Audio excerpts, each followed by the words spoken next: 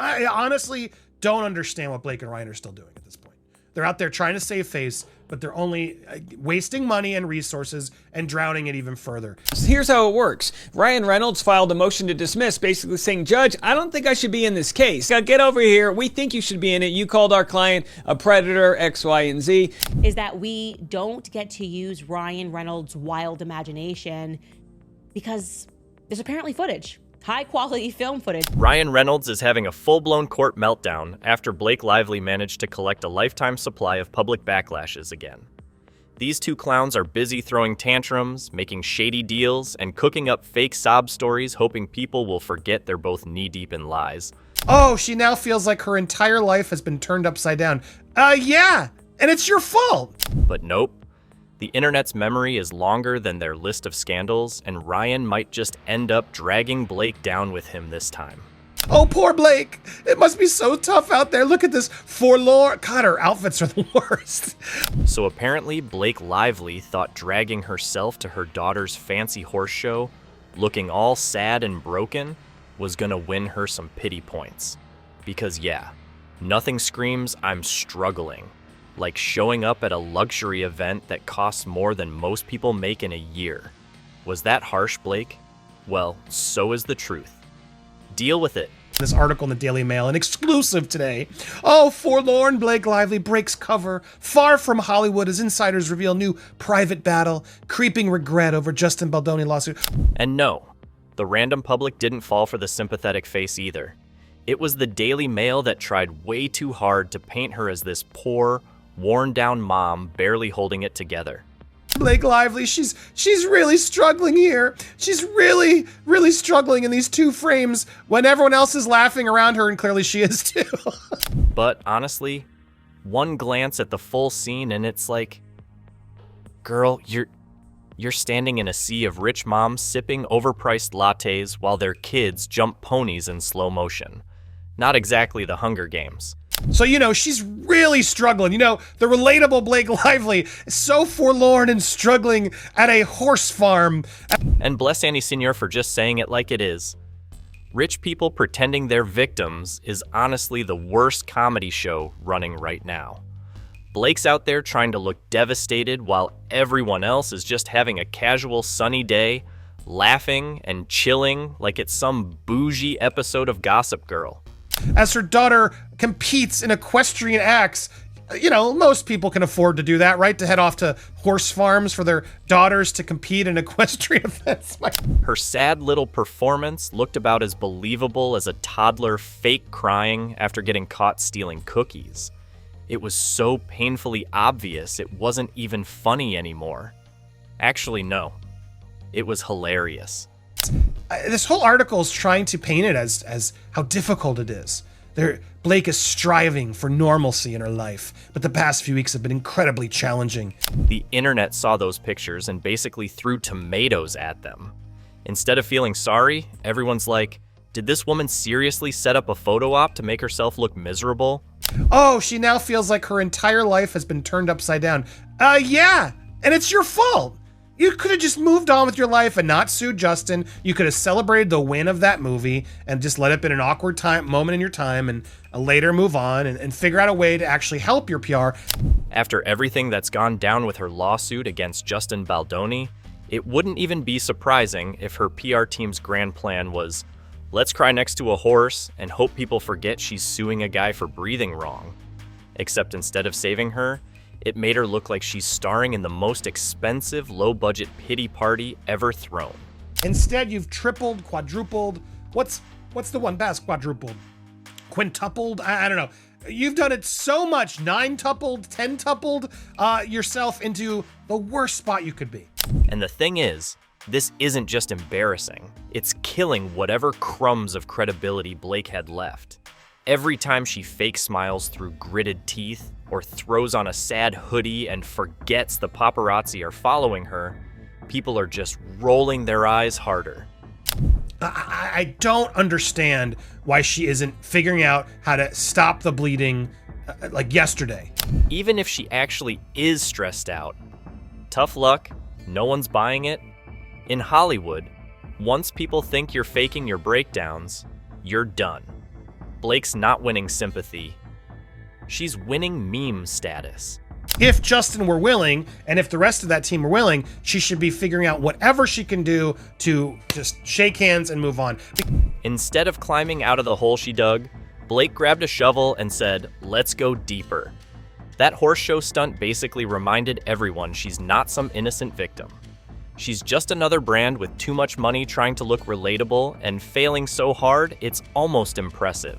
Some of these people, all of them, just want this to be over. At a certain point when this lawsuit gets when they get so heavy and you're in so the weeds, there is a point where you do just want to just wave the white flag and both parties agree, we're done. We're going to move on, let each party do what they want to do. And once the public decides you're fake, even your real tears look like bad acting.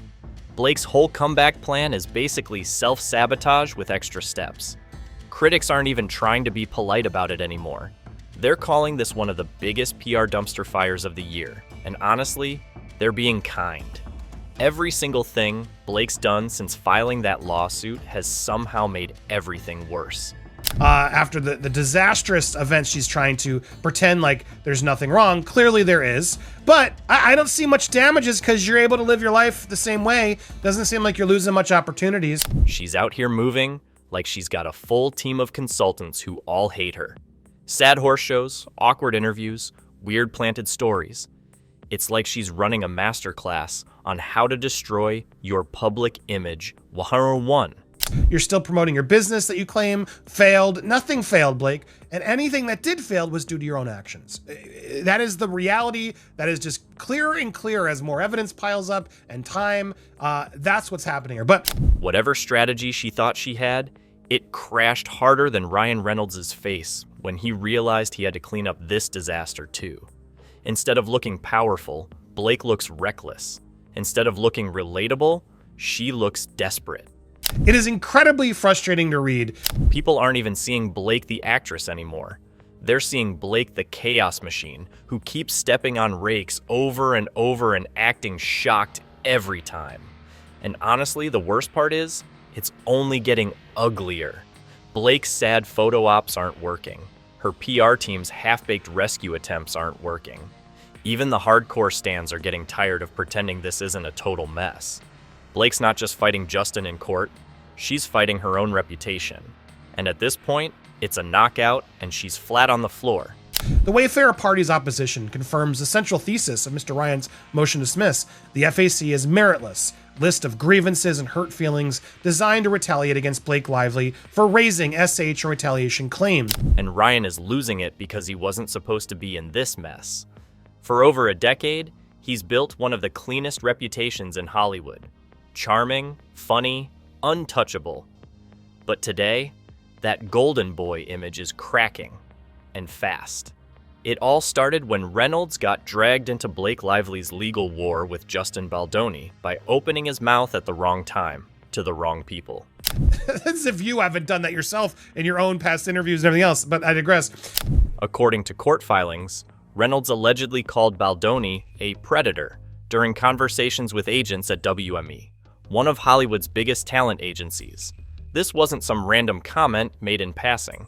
The opposition reveals something much worse than the FAC's failure to state valid claims against Mr. Reynolds. Stunningly, it confirms that only 3 of the Wayfarer parties, Mr. Baldoni, Mr. Heath, Wayfarer, have articulated any legal claim against Mr. Reynolds at all. These were industry power players.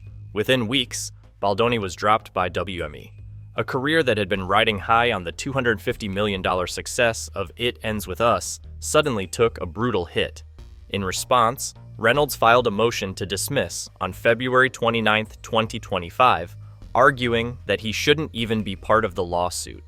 He's trying to claim, well, my comment was to Justin, if we're going to hear that, and that doesn't affect everybody else. As if calling Justin an actual predator doesn't affect all of Wayfarer is beyond me, because it does. But as I talked to Christopher Melcher, he agrees it's silly, but there very likely could be a request from the judge to just amend the amendment, the complaint. His core defense? He claims he was just sharing an opinion. But in the world of defamation law, especially when reputations and careers are involved, That excuse holds less weight than he seems to realize. So the likelihood of anything happening is that there is a likelihood the judge will just ask the Wayfair parties to tighten up or clarify or more specifically mention why all of Wayfair is affected by Mr. Reynolds. Saying someone is a predator, especially without any legal proof or criminal conviction, crosses a serious line. It's not gossip. It's an accusation that sticks. And it stuck hard enough to cause Baldoni material damage. And they'll be able to probably come up with a reason or justify it and put it into writing as to why, and then we'll still continue on with these lawsuits. The stakes for Reynolds aren't just about legal fees or court appearances. He's risking something much bigger, his public image. This is the same Ryan Reynolds who Forbes named one of the highest paid actors in the world in 2020. The same guy behind hits like Deadpool and Free Guy. It is an absolute waste of time in part of the way. And Reynolds aggressively trying to declare like all this is nonsense is just all bluff and smoke. Reynolds isn't seen as just an actor, he's seen as a brand. Companies like Aviation Gin and Mint Mobile didn't tie their names to him because he was risky. They did it because he was safe. Watching him scramble to defend himself now feels like watching a brand meltdown in real time. It's right here. Reynolds approached Baldoni's agency, namely Executive WME, and expressed his deep disdain for Baldoni, suggesting his agency was working with an actual predator. At a later date, demanded that the agency drop. Anyway, it's all there, Ryan. For someone known for his calm, sarcastic cool, Reynolds' legal behavior signals real panic. Court insiders told Deadline on March 12, 2025, that his team is aggressively pushing to keep him out of depositions. Really? If I were the judge, I would just be so annoyed with all this repetitive nonsense. Like, pay attention, dude. Be more on top of it. I know it's a lot of stuff. They're terrified of what might come out if agents or third parties are forced to testify under oath. Reynolds isn't acting like a man who's confident in his innocence. He's acting like someone desperate to escape before the dam breaks. By calling out Justin, the face and head, clear creative head of Wayfair doesn't affect all of these people, and that Ryan wasn't instrumental in being part of that campaign along with Blake to destroy Justin's character and therefore Wayfair is just mind-boggling to me, dude. The panic becomes even clearer when you look at the bizarre arguments his legal team is making. One of the most embarrassing moments came when Reynolds' attorneys tried to argue that there's a major legal difference between calling someone a predator and a sexual predator. This came directly from his March 7, 2025 court filing in the New York County Supreme Court. On top of that, he tries to claim that the FAC didn't allege actual malice to blah, blah, blah. He goes in, but it's like, dude, a quick search will remind you right here. The idea seemed almost laughable. As commentator Dave Neal pointed out on the Rush Hour podcast the same day, nobody hearing the word predator in Hollywood thinks of a science fiction alien from the movies. I honestly don't understand what Blake and Ryan are still doing at this point. They're out there trying to save face, but they're only wasting money and resources and drowning it even further. They think of Harvey Weinstein. They think of danger, abuse, manipulation.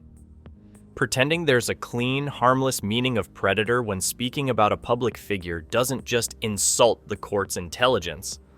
It insults everyone paying attention. They just hope to get them enough annoyed that maybe even Justin and team eventually just kind of fine, I want this done.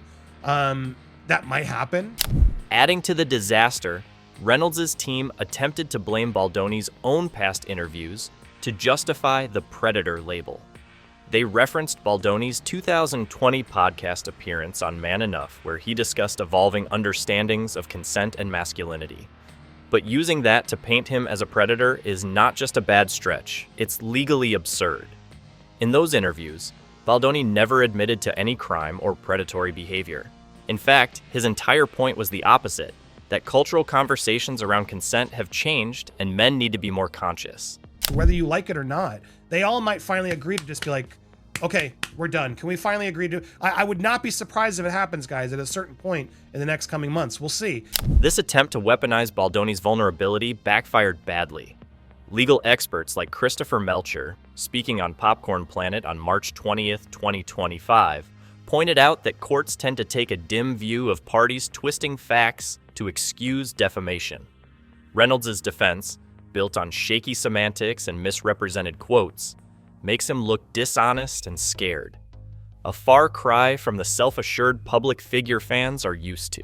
Here's how it works. Ryan Reynolds filed a motion to dismiss, basically saying, Judge, I don't think I should be in this case. And then Justin Baldoni's side says, yeah, get over here. We think you should be in it. You called our client a predator, X, Y, and Z. Behind the scenes, it's even worse. Multiple reports from TMZ and Page Six insiders in early April say Reynolds' legal team is scrambling. They're allegedly working overtime to fix gaps in their arguments after early hearings didn't go in their favor. One source close to WME even told Entertainment Weekly that agents are quietly distancing themselves from Reynolds, worried that getting dragged into the deposition phase could tank their own careers. He mightily called Justin Baldoni a sexual predator. Of course, to his WME agents, Justin Baldoni got dropped, and Ryan Reynolds says, hey, I have the ability to do that. I can call him whatever the hell I want, my First Amendment rights. This isn't just a bad look. It's a slow-motion implosion. Legal observers agree that courts are unlikely to accept semantic gymnastics, like the predator versus sexual predator argument. Defamation law focuses on the impact of the words on the listener, not clever technicalities. And the impact here was clear. Reynolds' words helped destroy Baldoni's agency ties and blackened his professional name. As one example, despite the complaint's preposterous $400 million damages claim, the opposition concedes that the complaint in fact alleges no actual monetary harm whatsoever, instead relying exclusively on a defamation per se theory that, even if it were valid, which it is not, fails to allege cognizable damages for any of the complaint's other claims. What's even more telling is that Reynolds isn't leaning into the lawsuit with the bravado you might expect from a man who believes he's innocent. Instead, every move, the rushed filings, the half-baked excuses, the frantic legal maneuvers, screams damage control. Right, Justin Baldoni is a producer for a production company, Wayfair, that just made a $250 million movie, right? They received around $250 million in revenue for It Ends With Us. So this production company has set the bar high to what they can do. At this point, even longtime Reynolds fans are starting to see through the act. Reddit threads and Twitter spaces flooded with comments after the March 20 filing show a shift in public tone. What used to be admiration has turned into skepticism. Posts on celebrity gossip forums like Duke Moi and Lipstick Alley mock Reynolds for trying to lawyer his way out while still profiting from his good guy image. If you are going to cancel Justin Baldoni without any sort of evidence and all of that, if you're just going to bring him down, then you're effectively bringing down a $250 million company at the same time. Since February 2025, when Ryan Reynolds officially filed his motion to dismiss in New York County Supreme Court, not a single agent at WME has publicly commented on the allegations. No leaked audio recordings, no insider testimonies, no suspiciously timed anonymous sources speaking to Deadline, Variety, or Page Six. It's a silence that feels unnatural for an industry built on gossip and betrayal. So Ryan Reynolds continues in his introduction. The opposition reveals something much worse than the complaint's failure to state valid claims against Mr. Reynolds. Stunningly, it confirms that only 3 of the Wayfair parties, Baldoni, Heath, and Wayfair Studios, have articulated any legal claim against Mr. Reynolds at all. Insiders at Entertainment Weekly noted on March 24, 2025, that even longtime WME staffers, the kind who usually love to trade secrets, are refusing to discuss Reynolds' comments about Justin Baldoni. One Hollywood publicist, speaking anonymously to TMZ on March 29th, described the atmosphere inside WME as full lockdown mode. Emails are monitored. Meetings are hush-hush. People aren't just staying quiet out of loyalty.